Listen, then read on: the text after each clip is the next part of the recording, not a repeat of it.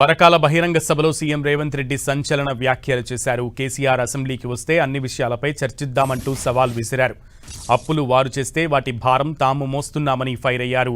నిరుద్యోగ యువత, విద్యార్థులను కేసీఆర్, కేటీఆర్, హరీష్ రావు రెచ్చగొట్టి బలిదానాలు చేసుకునేలా ప్రేరేపిస్తారని ఆరోపించారు. వారి మాటలు నమ్మి మోసపోవద్దని సూచించారు సీఎం రేవంత్ రెడ్డి. కేసీఆర్ది ఫ్యామిలీ జస్టిస్ అయితే తమది సోషల్ జస్టిస్ అన్నారు. ఇకపై అసెంబ్లీ సమావేశాల్లోనే తేల్చుకుంటామని స్పష్టం చేశారు సీఎం రేవంత్ రెడ్డి.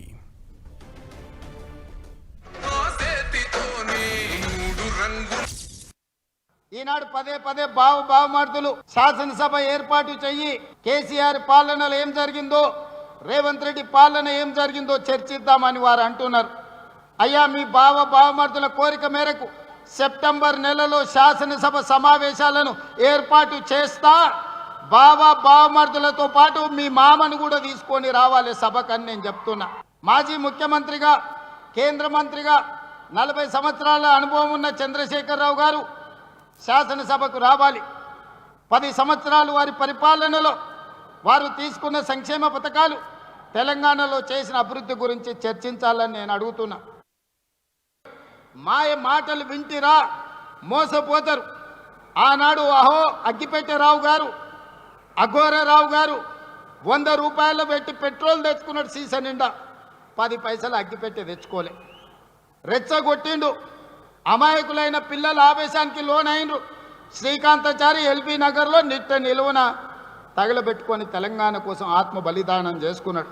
ఒక యాదయ్య, ఒక కానిస్టేబుల్ కిష్టయ్య, ఒక ఈశాన్ రెడ్డి, ఒక వేణుగోపాల్ రెడ్డి, 1200 మంది పిల్లలు తెలంగాణ రాష్ట్ర ఉద్యమంలో వీళ్ళు రెచ్చగొడితే, వీళ్ళు వీధి నాటకాలు వేస్తే ఆత్మ బలిదానాలు చేసి తెలంగాణ రాష్ట్రం తెచ్చుకున్నారు. కానీ చంద్రశేఖరరావు గారి కుటుంబంలో ఎవరికన్నా అగ్గిపుల్లంతనన్నా చేతి గాలిందా? ఎవరన్నా కుటుంబం వాళ్ళ బంధువులలో ఎవరన్నా తెలంగాణ కోసం ప్రాణత్యాగం చేసిండ్రా? రెచ్చగొట్టాలే, మంది పిల్లలను సాబగొట్టాలే, ఆ శవాల పునాదుల మీద అధికారంలోకి రావాలనేదే వాళ్ళ ఆలోచన. తెలంగాణ భవన్లో రక్తదాన కార్యక్రమం పెట్టారు.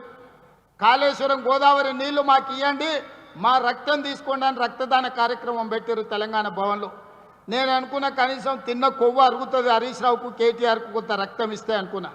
వాళ్ళ కుటుంబంలో ఒక్కడు కూడా ఇయ్యలే. అమాయకులైన బీఆర్ఎస్ కార్యకర్తలు 100 మంది రక్తం ఇస్తే ప్రైవేట్ హాస్పిటల్లో పోయి కోట్ల రూపాయలకు ఆ రక్తం అమ్ముకున్నారు. ఆనాడు తెలంగాణ రాష్ట్రాన్ని దోపిడీకి పాల్పడుతుంది, 1000 కోట్లు కొల్లగొడుతుంది, అధికారాన్ని మీరే అనుభవిస్తుంది. చివరికి రోజు ప్రతిపక్షంలో ఉంటే మీ కార్యకర్తల రక్తాన్ని కూడా మోసం చేసి తీసుకొని ప్రైవేట్ హాస్పిటల్కి అమ్ముకొని పైసలు సంపాదించుకుంటున్నంటే మీరు మనుషుల, రాక్షసుల, రక్త పిపాసుల అని నేను ఈరోజు వేదిక మీద నుంచి అడుగుతున్నా. చంద్రశేఖరరావు చేసింది ఫ్యామిలీ జస్టిస్ అయితే నేను చేసింది సోషల్ జస్టిస్. చంద్రశేఖరరావు గారు ముఖ్యమంత్రి అయితే ఆయన కొడుకును కేటీఆర్ను కార్యనిర్వాహక అధ్యక్షుడిని చేసుకున్నాడు. నేను ముఖ్యమంత్రి అయితే మా సోదరుడు మహేష్ గౌడ్ను సోషల్ జస్టిస్లో కాంగ్రెస్ పార్టీ అధ్యక్షుడిని చేసిన. ఇవాళ మీరు చెప్పండి సోదరులారా, కేసీఆర్ అయితే కేసీఆర్ కుటుంబానికి లాభం. అదే కాంగ్రెస్ పార్టీ అధికారంలోకి వస్తే బీసీలకు, ఎస్సీలకు, ఎస్టీలకు, మైనారిటీలకు మీ కుసూర్ పాషా ఈరోజు ఒక బలమైన బాధ్యతలు ఉన్నాడు. ఒక అజరుద్దీన్ ఈరోజు ఒక మంత్రిగా వయసు ఉంది, ఓపిక ఉంది, మీకోసం పని చేయాలన్న చిత్తశుద్ధి ఉంది. మీ ఆశీర్వాదం ఉన్నంతకాలం 1000 మంది కేసీఆర్లు వచ్చిన ఒక ఎంటిక కూడా పీకలేడని చెప్పి మీ అందరి సమక్షంలో అనుకుంటున్నారు. అబద్ధాలు చెప్తే అబద్ధాల సంఘంతో నడిపితే సోషల్ మీడియాలో పెడితే దానివల్ల ఏదో ఒరుగుద్దని, ఒరిగేది లేదు, కరిగేది లేదు, మీ ఈపులు విమానమూతమవుతాయని తెలియజేస్తూ శాసనసభలో తేల్చుకుందామని తెలియజేస్తూ